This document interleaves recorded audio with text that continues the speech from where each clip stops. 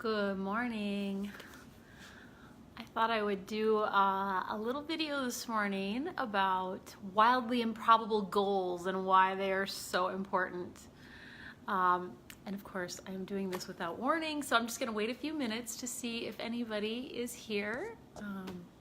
So if you're here, if you're showing up, say hi in the comments. Let me know where you're coming from, and we will have a conversation. I was just reminded by, hey Kelsey, I see you there. Just yesterday, I had gotten an email reminding me of this story, and I wanted to share it with you guys. And what the story relates to is something Martha Beck, a mentor of mine, calls wildly improbable goals. So what is a wildly improbable goal? A wildly improbable goal is basically something that you something that would sound really delicious and fun and amazing and magical, but feels like mostly or a little bit or a lot of it impossible to achieve. And so I'm going to tell you a little story about one of my wildly improbable goals and what happened as a result of that. So a few years ago, this was like probably 2012, I wrote a book called Born to Freak. And I was thinking about wildly improbable goals, like what would be fun? So this is a great way to ask yourself, if you're looking to kind of create a wildly improbable goal for yourself, you can just ask yourself, like, what would be really fun? And so I was self-published this book, and it was coming out, and I was thinking, what would be really cool? And I was just playing with a lot of ideas. And one of the things that came into my mind was that it would be super fun if the book was sold at my favorite store in New York City, which is a place called Derian Dry Goods. And this seems totally impossible because, first of all, they didn't carry any books. And second of all, they didn't carry any books. And it seemed unlikely they would be carrying, especially a self-help book about elephants. But I was a huge fan of the man who created the store. And everything in there was very magical and fun. And whenever I've been in that store, I just feel incredible. And so I thought that would be really cool if it was selling there, but that seemed crazy and impossible, right? So, hey Tracy, welcome. We're just talking about the power of wildly improbable goals and why they're important. And I was just saying that when my first book, or my second book was coming out, I was like, what would be really fun? So it's a great thing to ask yourself, what would be really, really fun? And maybe seems impossible, like totally impossible or mostly impossible. And so my wildly improbable goal was that my book would be selling at my absolute favorite store in New York City, which is called Derian Dry Goods. And they sell marvelous things there, like decoupage, which is one of my favorite things, and crazy, beautiful paper mache, mushrooms and dolls. And I mean, it's just if you're ever in New York, go. So that was my goal. So I thought, okay, I wrote it down, and I was like, and with goals and dreams and wildly improbable goals, we need to take a little action. We're not going to try to figure out how to make it totally happen, but we have to do something. At least that's what I believe. So I mailed a couple copies. I looked up the address for Derian, wrote, a lovely card. Hi, Mr. Derian. I would absolutely love it if my books were carried in your store, and I absolutely adore you. Kind of a love letter to him, and sent them off. And then I just sort of let go and didn't think about it. And about a year later, I get a call from a woman seeking coaching and information about my services. She's like, I read your book, Born to Freak. I loved it. It was so inspiring. And she was like, and I was like, oh, where are you from? And she's like, New York City. And I'm like, oh, well, how did you find out about the book? Because I'm thinking, I mean, like, this is a self-published book. Nobody, it's unlikely. I don't know where she would have found out about it. She's like, oh, I bought it at Derian. And I'm like, what? And I mean, literally, I thought I was being punked when she called me, because I had told my friend and a couple other people about it, and I was thinking, that's impossible. I go, you bought it at Derian? She's like, yes. And I'm like, oh, and she's like, I went to their year-end sale, and it was there. There were several copies, or there were a few copies, and I picked it up there. And what I eventually deduced was that Derian, whatever, gets mailed to him throughout the year, including my book, ended up going in his year-end sale. And so my wildly improbable goal came true. My book was sold at Derian's store. And this woman and I had a lovely conversation, and actually she gave me some really interesting feedback about my business card, which helped me to kind of get clearer on my business. And you might think, well, now John Derian didn't start ordering caseloads of books, so like who cares, right? But the thing is what you realize is that it was so stunning to realize that my wildly improbable goal had come true in the funniest and strangest way possible. And I think when we put these goals out there, what happens is when something like that happened to me, and I'm sure this has happened to you before as well, maybe if you think back, is that it makes us realize that there is some magic going on in the universe. And maybe we don't get exactly the way we thought it was going to come to us, but we get it somehow, maybe. And I always say, like, not all of our goals and dreams are meant to be realized. But I think it's important to choose some fun, wildly improbable goals, because someday you might wake up and get a phone call like I did that will kind of make you realize that there's more magic in the universe maybe than you thought, or a reminder that there's a lot of magic in the universe. So what I want to invite you to do is to create a wildly improbable goal.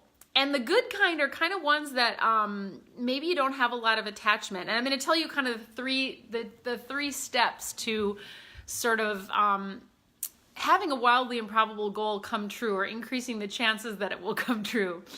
And Martha Beck talks about, so there's three. There's attention.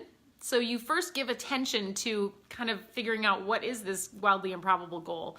Maybe it's that I don't know what your wildly improbable goals are, but usually they involve things that are really fun, things that you love, things you're obsessed with, things that just bring pure joy. Not necessarily, you know, a lot of people are like, well, I want to manifest money, or I want to manifest like a Mercedes-Benz or whatever. If money truly brings you great joy, then try that. You know, you could totally play around with that and just pick an amount of money that seems slightly out of reach and say, write down like, somehow I'm going to manifest X amount of dollars, you know, between now and whatever. You could put a time frame on it. But I find, at least for myself, the most delicious, wildly improbable goals are ones that really connect somehow with my soul and something that brings me joy. So the first thing is attention. So you give attention to whatever this wildly improbable goal is. You know, you're going to be having a Mai Tai with Tina Fey, you know, at the beach in Cancun or something like that. And then you set your intention that that's what is going to happen. You know, I'm intending for this wildly improbable goal to occur. And then the last part is no tension. So attention, intention, no tension. And the no tension is really just to relax, to kind of let it go, forget about it, sort of like the way I did. I mean, I mailed my book off to John Derian thinking, well, I don't know, but it was really fun, like, to mail that package too. So whatever little action step you take, make sure that it's one that feels kind of fun and playful. Like, I don't know what it is about me and the U.S. Postal Service, but I love going and mailing off books to people just with some kind of playful dream in mind. So whatever step you take, make sure that it's fun and that you enjoy it, and that you don't get too like connected or too serious and attached to it. So the no tension is really that relaxing, resting, and forgetting. Okay, Erin's saying her dream is to volunteer to help sea turtles in Florida. Love it. Awesome. So, and what would make that even more fun for you? So volunteering to help sea turtles in Florida, I mean, right now, today, you could probably call somebody up and find out how to, you know, you could probably make a connection. But I would encourage you or invite you to add something even crazier into that. Like, I don't know, you know, you're volunteering in with sea turtles, but, you know, the members of Motley Crue, the band, your favorite hair band from the 80s are there. Something that is really strange and seems really kind of crazily impossible. So if there's something, I don't know, something else, you know, nutty about it, like, I don't know, maybe you're making, I don't know, who knows, and you get discovered as an artist while you're doing it, but something, you know, to add fun to it. And Tracy's saying, I tend to then start working towards them. Oh, yeah, so you're giving a suggestion, like retreat with X on the, oh, I tend to start working towards them, like a retreat with X on the seashore. I'm not sure what you're saying. You're like saying you tend to start working towards them. Yes, so you can, when we want to create things, and this is what what this live is all about, is just helping you to realize how powerful of a creator you are, or a co-creator. So the universe is here, and it's sourced, and it's sensed, and it's listening to everything that you're putting out there. So, and with our, so when I put that out there, wouldn't it be fun if Born to Freak was selling at John Derian, my favorite store in New York City? Somehow the universe listened to that. And then I took my little step, my little dutiful step of, writing a little beautiful note and packaging it up. And I think I put like all sorts of funky stickers on it. I mean, I like made the package into an art project because that just seemed really fun. And I was also so grateful to all the beauty that John Derian at the store had offered me and all the inspiration. He truly is like a hero of mine, somebody that I look to because I sense like a simpatico-ness with him. He's created this kind of magical world out of nothing by working hard, by following his heart, by, all these things. And so yeah, anything you can do when you do it with a lot of gratitude, that will really charge up, the process. So again, attention, just asking yourself what would be delicious, what would be fun, volunteering to, to help sea turtles in Florida. Beautiful. Then add some maybe more impossible, crazy element to it.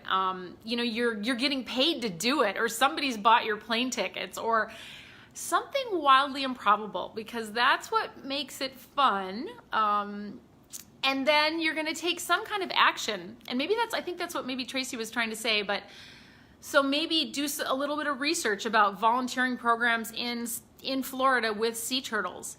With wildly improbable goals, it can be really fun to tell others about it. Put it on Facebook. Hey, I'm looking for volunteer opportunities to be with sea turtles. And then add your wildly improbable part too, like whatever, something crazy and fun and delicious. You're wearing a silk scarf made from Gucci while you're doing it. I don't know, whatever your fun thing would be. And then the last step, so attention, find out what it is, pay attention, what would be delicious. Intention, just decide, my book's gonna be selling at John Derian. And then no tension. This is the key. This is relax, let go about your life, be in gratitude. Guys, gratitude is the biggest thing. I mean, if you can get up every day and get down on your knees and just say thank you for something. And if you're in a really tight spot, it might be just thank you that I'm breathing. Thank you that I'm well enough to do what I need to do. Or if you're not well and you're being cared for in some way, thank you for those who are taking care of me. Gratitude, when you practice it on a regular basis, and it is a practice just like meditation, it may not come easily at first, but as you start to, that's why I always do gratitude attacks, because they will take you from a meh place to a very, very high vibration. And the more you do it, the easier it gets.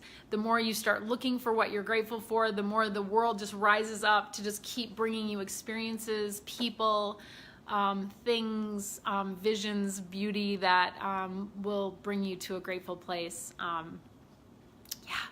So, and I would love it if you want to share in comments your wildly improbable goals. Like, have some fun with this. I would absolutely love it. And I'm so grateful that you're all here listening. And I'm trying to see if there's any more comments. And hi, Jane. Yeah, and Tracy's saying, I like the wildly improbable thing. I can plan a retreat and then dream about who comes to it and what we do. This is awesome. When that reminds me of another story. When I left medicine and I started my coaching practice, it was like one of my wildly improbable goals was take people to Hawaii and do a retreat, which seemed totally impossible because I was like, I don't even know how to do that. You know, how do you go to Hawaii and do a retreat? And plus, I don't even know if I have anything to share.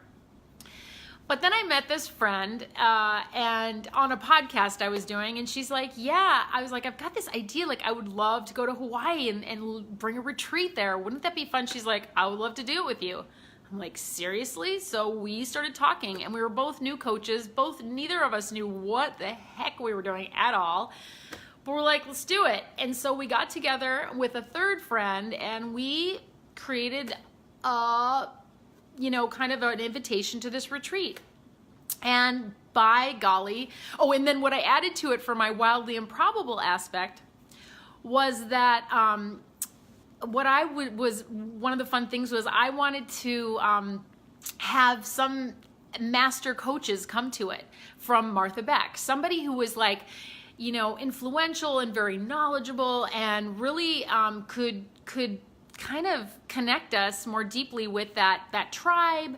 So that's what was part of my wildly improbable goal, which seemed really crazy. Like, why would a master coach from Martha Beck sign up for our retreat? I mean, here we were, just complete newbies, right? Didn't know anything. So we put out this invitation to have Jazz the Glass, which was our first retreat. And by gum, one of the first people who signed up was a master coach from Martha Beck. And I was like, huh, that's really funny. It was totally surprising. And one of the beautiful things she did, Susan Banter-Baghdadi, if you ever watch this, you'll be listening, is she really held space for us to be able to learn how to do a good job of running a retreat. And it was just fantastic. And so whatever goal you have, you want to add something, and again, make these playful, make them wild, like make them really crazy. And that can be, like, that's why this question I always ask people, how good are you willing to how good are you willing to let it get? You know, you want to make this goal kind of fun and playful. And again, staying away from, well, depends. You could, you know, sometimes the things that we're really, really attached to, like, again, money, what else? I'm trying to think. Some of the things, like, maybe a relationship, if you're looking for, like, you know, your wildly improbable is I meet the perfect man, or I meet the perfect woman, or I meet the perfect partner. That might be okay too, as long as you're not too attached. Remember, you've got to no tension that one. You've got to really let go. And then you want to make it really strange, like this partner, this perfect partner that you're looking to attract has some funky, you know, characteristics. Maybe they're I don't know, they're incredibly tender and they love bagpipe music. I mean, make it weird and fun and something that would just light your soul up. You know, maybe they are like a gourmet chef who likes nothing more than to prepare like the finest, like flat white in the morning with a gently boiled egg. Whatever it is, like, put some funny, interesting details that are really delightful for you. So, and then watch. So the steps, again, just in review, are attention. Just think about what is a wildly improbable goal. Again, something fun, something playful, something not very likely. Like, not very likely that my book would be sold in a store in New York City, which is a self-published book, in a place that does not sell books, where I have zero influence. But yet again, that's what happened. Somebody bought my book at that store. So the book sale happened at John Derian. And then intention. So you want to maybe take some tiny steps towards, well, how could I help that process along? Maybe it's doing some research. Maybe it's going to the U.S. Postal Service and shipping the book with lots of puppy and kitty stickers and ribbons and, you know, charms and whatever sounds fun and delightful. And again, remember, gratitude. While you're taking your inspired action, gratitude. Connect with others. Tell them about your wildly improbable goal and ask them what theirs is. Get your friends talking about this. And guys, again, gratitude, so huge. So if you can be in gratitude every day, that's another great way to be in no tension. So the third step is no tension or complete relaxation. Feeling good, breathing, spending time in nature, listening to great music, not obsessing over, oh my God, is John Derian gonna ever sell my book? And if he doesn't, it's gonna be terrible. And none of that. Just really being in that space of gratitude and relaxing about it. And as I said, one thing I've learned is that not all things are meant for us, And on the other hand, what we are meant for, when we put our dreams out there, sometimes what happens can be so much more amazing than you could ever imagine that, there's that too. So again, I hope you set some wildly improbable goals and you take some beautiful, fun, delightful action towards them, and then you find a space of no tension. And I want to hear about, if you have one of your wildly improbable goals come true, please let me know. I would love it. So thank you all for watching and listening, and I hope you have a beautiful day. Thank you.